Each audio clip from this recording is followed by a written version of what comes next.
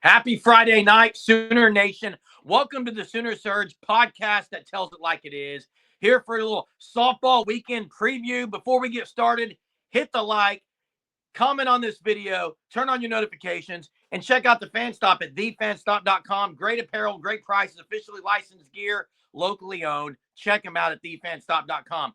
OU softball has changed their schedule a couple times because of this winter storm this past week, but action is still going to be taking place at two venues, Loves Field and Marita Hines. And Hunter, it's interesting that OU is not going to play there. They're going to play all their games at Loves Field. Not a surprise because they've already finished their time there, and I wouldn't expect them to ever play a game there. That is in the past. Loves Field is the future. But here's what you got on the schedule. You start tomorrow, 3 p.m. All these games are on SEC Network Plus, but they open up with the I guess you could say cross-state rival, Tulsa. Following that, you got Sunday against Wichita State, and then the doubleheader is on Monday, Bowling Green and Abilene Christian. Yeah, 4 games. I think it originally was going to be 5. As you mentioned, the weather now multiple times that they've had to change it up. It was going to be doubleheaders on Saturday and Sunday after it got pushed back from the original Thursday,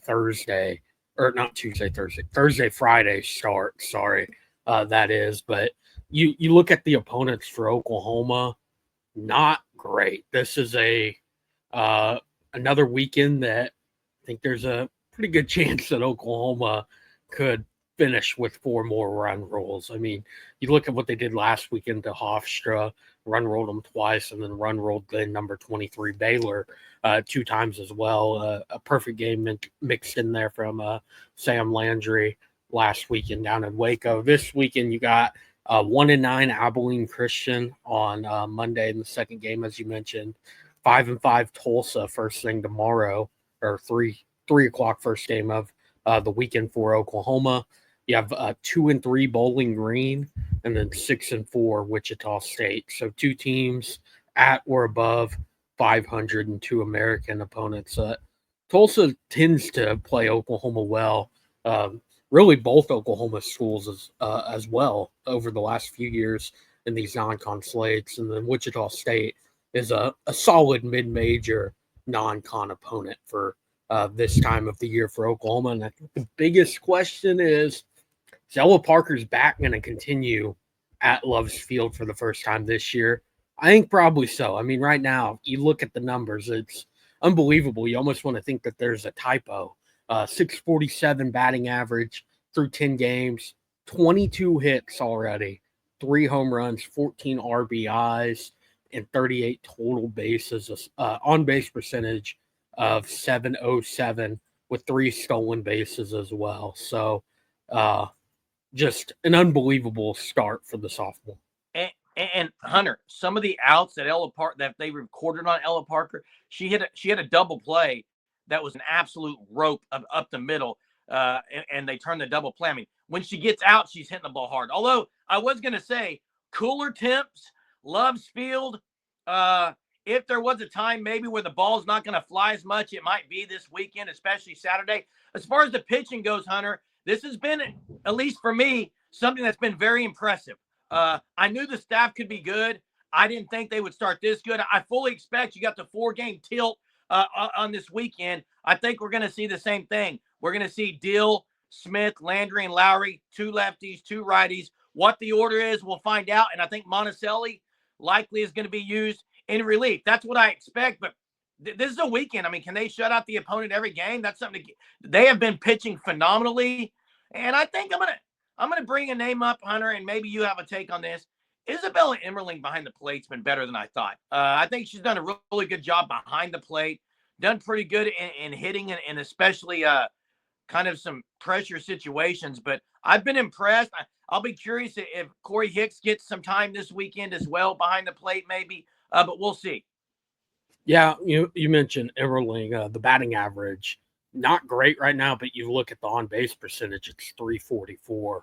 So that completely makes up for that 125 batting average after a weekend of not necessarily going her way, but, I mean, has had some massive at-bats so far for Oklahoma, had the home run that first weekend of the season that really saved Oklahoma when they needed it bad. They needed somebody to step up there, and it was Isabella Emmerling. And then on the pitching side of things, I mean, Isabella Smith right now still has not allowed a run. You have 3 pitchers with qualifying ERAs right now.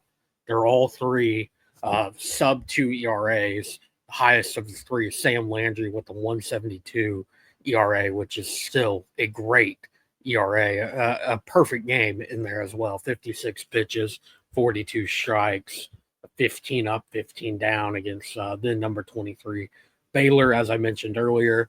Audrey Lowry, 2.25 ERA, and then Kirsten Deal with 0.88 ERA so far in 4 games started for Deal. So I think that's going to be interesting on how they go with the starters. I can kind of agree with you on probably see Monticelli some out of the pen this weekend for Oklahoma. Yeah, you saw her get the start last weekend in the first game of that double of the second doubleheader of the weekend against Hofstra. So, yeah, I would almost expect it to be 4 different starters, maybe. I don't know.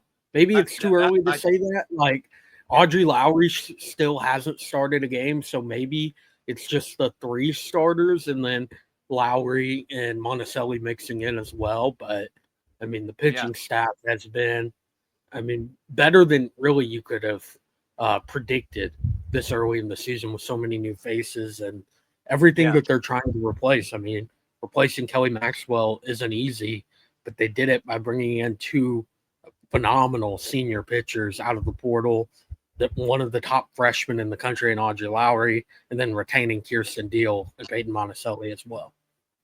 Yeah, Sydney Sanders has been picking up her stick a little bit. There is a name I'm looking forward to, and Nelly Mack has not been, I wouldn't say slumping. I think Nelly Mack can increase her average and power more so than she has so far. And there's a name, Hunter. Maya Bland has not played a lot. Maya Bland is, and I get maybe why. There's just not a lot of, I mean, with this lineup that they have going right now, it was great to see Agbayani be more of what I expected her to be this last weekend. And I expect, I mean, she's great opposite field. She covers the plate really well. It was good to see her hit the long ball opposite field. But, man, it's going to be hard for players like Maya Bland, Katie McKay. I mean, middle infield right now, the way Agbayani, Gabby Garcia, Sydney Barker has been unbelievable.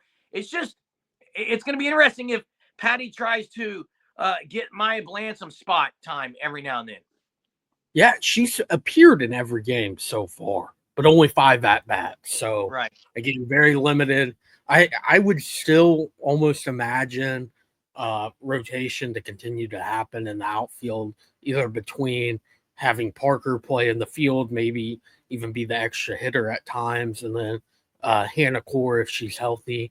Also, she's only played in 2 games with 1 start, could rotate in.